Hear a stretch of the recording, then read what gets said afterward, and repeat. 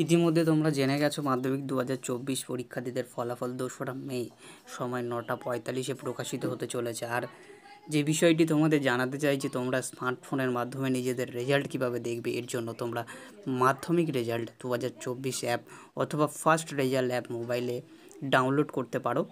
এটি তোমরা play store থেকে সরাসরি ডাউনলোড করতে পারবে এবং তোমরা তোমাদের ফোনের যে কোনো ওয়েবসাইট থেকেও কিন্তু দেখতে পারবে। এখানে নিচে দেওয়া ওয়েবসাইটগুলো থেকে যে কোনো একটি ওয়েবসাইটে ভিজিট করে তোমরা নিজেদের রেজাল্ট দেখতে পারো। ওয়েবসাইট ব্যবহার করে নিজেদের রেজাল্ট দেখতে হলে প্রথমে যে কোনো ব্রাউজারে চলে যাবে তোমার ফোনের, যেখানে আমি এখানে একটি ব্রাউজারে চলে এলাম। এখানে তোমরা সবথেকে ভালো যে ওয়েবসাইটটি হচ্ছে www.nic.in এই ওয়েবসাইটে চলে যাবে এবং প্রথম যে ওয়েবসাইট সেখানে তোমরা ক্লিক করবে। এখানে ক্লিক করলে তোমরা নির্দিষ্ট টাইমের আগে কিন্তু তোমরা কোনো রেজাল্ট দেখতে পারবে না। এখানে যে রেজাল্টগুলো প্রকাশিত হয়েছে 30শে এপ্রিল 2টোর সময়, এই সমস্ত রেজাল্টগুলো দেখতে পারবে এবং তোমরা 9:45 থেকে কিন্তু তোমরা তোমাদের মাধ্যমিক রেজাল্টগুলো দেখতে পারবে। তো যেরকম একটা ইন্টারফেস আসবে তোমাদের সামনে সেটা দেখিয়ে দিচ্ছি।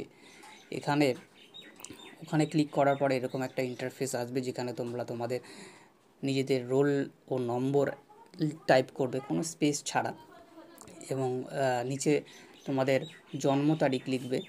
এখানে ক্যালেন্ডার ইউজ করে তোমরা তোমাদের জন্ম তারিখ সিলেকশান করতে পারো এবং ডেট অফ বার্থ যে ফরম্যাট দেওয়া আছে DDMMYYYY ফরম্যাটে, উদাহরণস্বরূপ এখানে একটা দেওয়া আছে, দেখো যদি 1-2-2001 সালে জন্ম হয় তাহলে 1-এর আগে একটা 0 বসাবে, 2-এর আগে একটা 0 বসাবে। এই ফরম্যাটে তোমাকে কিন্তু ডেট অফ বার্থ টাইপ করতে হবে, নতুবা কিন্তু তোমরা তোমাদের রেজাল্ট দেখতে পারবে না।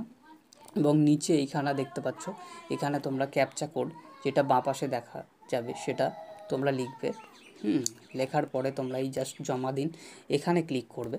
এখানে ক্লিক করার সাথে সাথে কিন্তু তোমরা তোমাদের মাধ্যমিকের রেজাল্ট সরাসরি কয়েক সেকেন্ডের মধ্যে কিন্তু এখানে শো করবে।